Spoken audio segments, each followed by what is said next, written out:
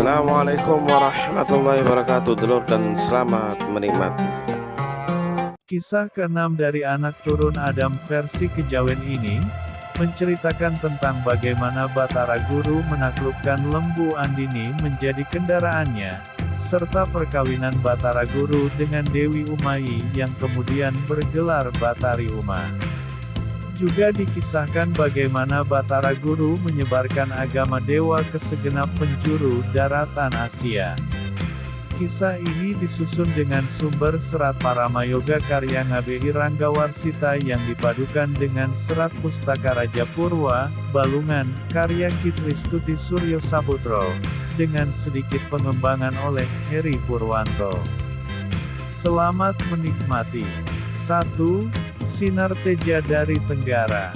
Batara Guru di Kahyangan Tengguru menerima kedatangan para putra Batara Ismaya, yaitu Batara Wungkuam, Batara Siwa, Batara Urehaspati, Batara Yamadipati, Batara Surya, Batara Chandra, Batara Kuwera, Batara Temburu, dan Batara Kamajaya.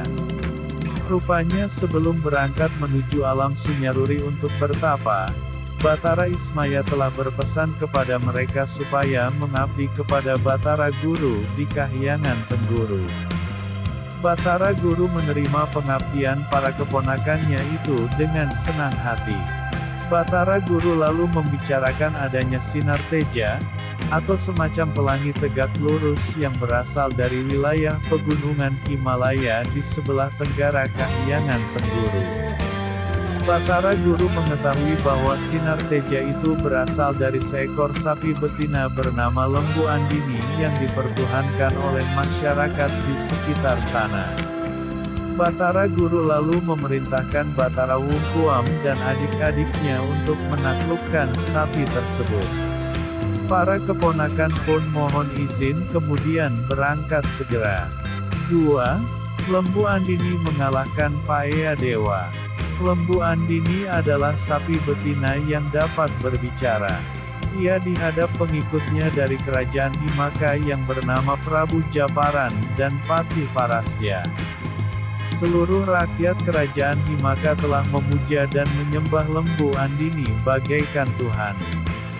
Dalam pertemuan itu Lembu Andini meramalkan akan datang pasukan dewa yang dikirim Batara Guru untuk menaklukkannya. Prabu Japaran pun diperintahkan menghadapi kedatangan mereka itu.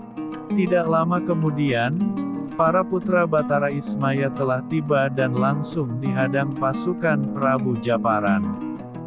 Batara Wungkuam meminta Prabu Japaran supaya meninggalkan penyembahan terhadap Lembu Andini dan menganut agama dewa. Prabu Japaran menolak dan ganti meminta para dewa supaya menyembah Lembu Andini. Perdebatan itu berlanjut dengan pertempuran. Dalam waktu yang tidak terlalu lama, para dewa berhasil memukul mundur Prabu Japaran beserta pasukannya. Lembu Andini datang ke pertempuran. Batara Wungkuam dan para adik berusaha menangkapnya namun mereka tidak mampu menandingi kekuatan dan kesaktian sapi betina itu.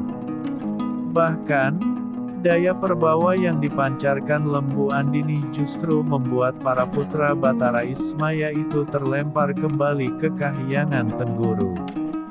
3. Batara Guru mengalahkan Lem Andini. Melihat para keponakan tak kuasa menghadapi kesaktian Lembu Andini, Batara Guru pun berangkat sendiri. Setelah berhadapan dengan Lembu Andini, mereka langsung terlibat adu kepandaian. Ternyata Batara Guru dapat menebak asal-usul Lembu Andini yang merupakan anak seorang jin bernama Jin Roh Patanam. Lembu Andini marah sekaligus malu karena kalah dalam adu kepandaian. Ia pun menyerang Batara Guru dan terjadilah pertarungan. Setelah bertempur cukup lama, akhirnya Lembu Andini menyerah tak berdaya terkena daya kesaktian Batara Guru yang mengerahkan aji pengabaran. Batara Guru kemudian menaiki punggung Lembu Andini dan menjadikannya kendaraan. Prabu Japaran dan pasukannya datang ke tempat itu. Mereka terkejut melihat ada seorang laki-laki menaiki punggung sapi betina yang mereka sembah selama ini. Lembu Andini menjelaskan bahwa sejak hari ini ia memeluk agama dewa, dan Batara Guru yang berdiri di atas punggungnya adalah raja para dewa. Prabu Japaran dan yang lain masih bimbang dan ragu. Namun setelah Batara Guru memancarkan kesaktiannya, mereka pun meringkuk tak berdaya dan menjadi pengikutnya pula. Batara Guru lalu membawa Lembu Andini naik ke kahyangan Tengguru dan sejak saat itu sang sapi betina menjadi kendaraannya. Batara Guru pun mendapatkan julukan baru sebagai Sang Hyang Pasupati, yang berarti penguasa hewan ternak. 4. Agama dewa berkembang di daratan Asia. Sejak zaman Sang Hyang Nurcahya sampai Sang Hyang Tunggal, agama dewa hanya dianut oleh makhluk berbadan rohani, yaitu para dewa, jin, dan siluman. Begitu Batara Guru berkuasa, pemeluk agama dewa menjadi berkembang pesat, yaitu merambah para makhluk berbadan jasmani, antara lain bangsa manusia dan raksasa. Hal ini karena Batara Guru bisa berbadan jasmani sekaligus rohani sehingga bisa menjadi penguasa di alam kasar dan alam halus. Setelah Lembu Andini menyerah kalah dan menjadi kendaraan Batara Guru, para pengikutnya pun ikut takluk pula. Prabu Japaran adalah raja manusia yang mengawali memeluk agama dewa. Batara Guru kemudian menyebarkan agama dewa ke tanah Tiongkok. Setelah rakyat di segenap tanah Hindustan dan tanah Tiongkok menganut agama dewa, Batara Guru pun mendapat julukan baru sebagai Sang Hyang Jagatnata, yang berarti pemimpin dunia. 5. Ulam Tirbah dari Rawa Siblistan. Batara Guru kemudian bermaksud menyebarkan agama dewa ke arah barat, yaitu tanah Persia. Namun ia mendengar kabar bahwa orang-orang Persia saat ini menyembah seekor ikan bernama ulam tirbah bagaikan Tuhan. Maka, ia pun berangkat menuju Rawa Siblistan, tempat ikan ajaib itu berada. Batara Guru telah sampai di Rawa Siblistan dan bertemu dengan ulam tirbah. Ternyata ulam tirbah seekor ikan betina berukuran raksasa. Batara Guru memerintahkan supaya ulam tirbah bertobat menghentikan penyembahan atas dirinya dan menjadi penganut agama dewa. Ulam tirbah marah dan mengadu kesaktian dengan Batara Guru. Sampai akhirnya, Batara Guru mengerahkan kesaktiannya membuat air rawa-rawa berubah menjadi panas sehingga ulam tirbah menyerah kalah. Batara Guru kemudian menebak asal-usul ulam tirbah. Pada mulanya seorang wanita cantik bernama Dewi Umay, putri saudagar Umaran yang masih keturunan Nabi Saleh.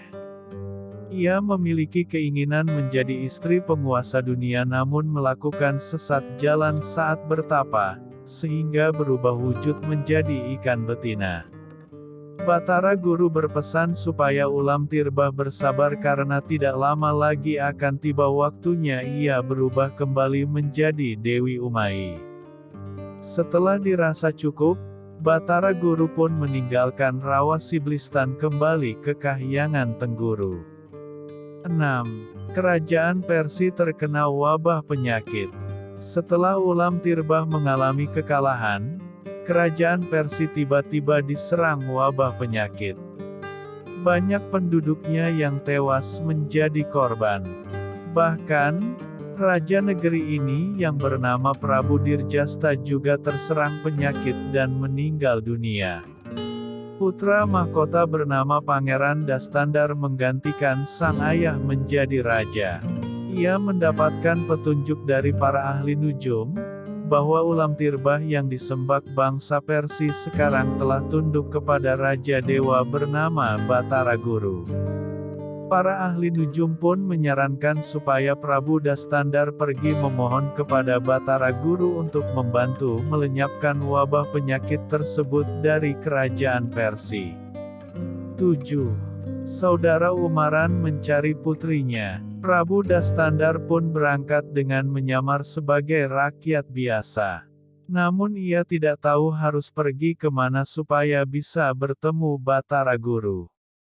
Maka ia pun memutuskan untuk bertanya kepada Ulam Tirbah di Rawa Siblistan. Di tengah jalan Prabu Dastandar bertemu seorang saudagar bernama Umaran yang ditemani keponakannya bernama Patih Turkan. Saudagar Umaran adalah raja kerajaan Merut, yaitu negeri para pedagang. Ia mengaku telah kehilangan putrinya yang bernama Dewi Umayi. Menurut petunjuk di alam mimpi, putrinya itu akan muncul di Rawa Siblistan berkat pertolongan Batara Guru. Prabu Dastandar merasa kebetulan karena ia sendiri juga ingin bertemu Batara Guru. Maka, ia pun menawarkan diri kepada saudagar Umaran dan Patih Turkan untuk menjadi penunjuk jalan menuju Rawa Siblistan. Ketiga orang itu lantas pergi bersama-sama. 8. Ulam Tirbah menjadi Dewi Umayi. Prabu Dastandar, Sudagar Umaran, dan Patih Turkan telah sampai di Rawa Siblistan. Prabu Dastandar mengadakan puja samadi dan kemudian Ulam Tirbah pun muncul ke permukaan. Ulam Tirbah mengatakan bahwa dirinya tidak lagi pantas disembah karena sudah tunduk kepada Batara Guru dan menjadi penganut agama dewa.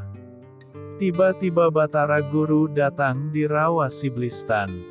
Daya perbawanya yang memancar membuat Prabu Dastandar, Sudagar Umaran, dan Patih Turkan jatuh pingsan. Setelah mereka bertiga sadar segera buru-buru menyembah kepada Batara Guru. Batara Guru menjelaskan kepada Saudagar Umaran bahwa putrinya yang selama ini hilang dan dicari-cari tidak lain adalah Ulam Tirbah tersebut. Batara Guru kemudian berkata kepada Ulam Tirbah bahwa sudah saatnya ia sembuh dari kutukan. Dengan kesaktiannya, Batara Guru mengembalikan Ulam Tirbah ke wujud semula, yaitu menjadi Dewi Umayi yang cantik jelita. Saudagar Umaran sangat gembira bisa bertemu kembali dengan putrinya yang telah lama hilang itu.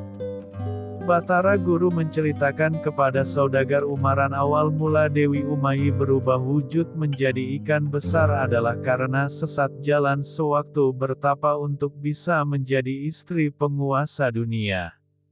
Karena saat ini Batara Guru telah mendapat julukan sebagai Sang Hyang Jagatnata, maka Dewi Umayi pun disarankan untuk menjadi istrinya saja jika masih ingin mewujudkan cita-cita tersebut.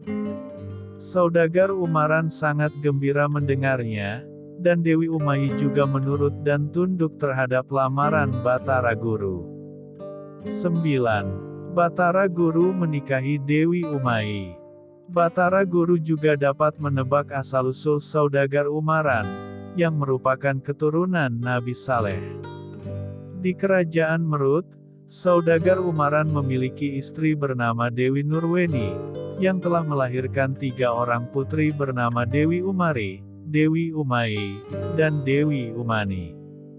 Adapun Dewi Umari yang sulung telah menjadi istri Patih Turkan. Karena Batara Guru menjadikan Dewi Umayi sebagai Ratu Kahyangan, maka Dewi Umani hendaknya menjadi Ratu Kerajaan, yaitu dengan menjadi istri Prabu Dastandar, Raja Kerajaan Persia. Batara Guru juga dapat menebak bahwa pemuda berpakaian rakyat jelata yang tadi bersamadi memanggil Ulam Tirbah muncul ke permukaan tidak lain adalah Prabu Dastandar sendiri yang sedang menyamar. Saudagar Umaran sangat gembira menerima saran tersebut. Prabu Dastandar pun menurut dan membuka penyamaran.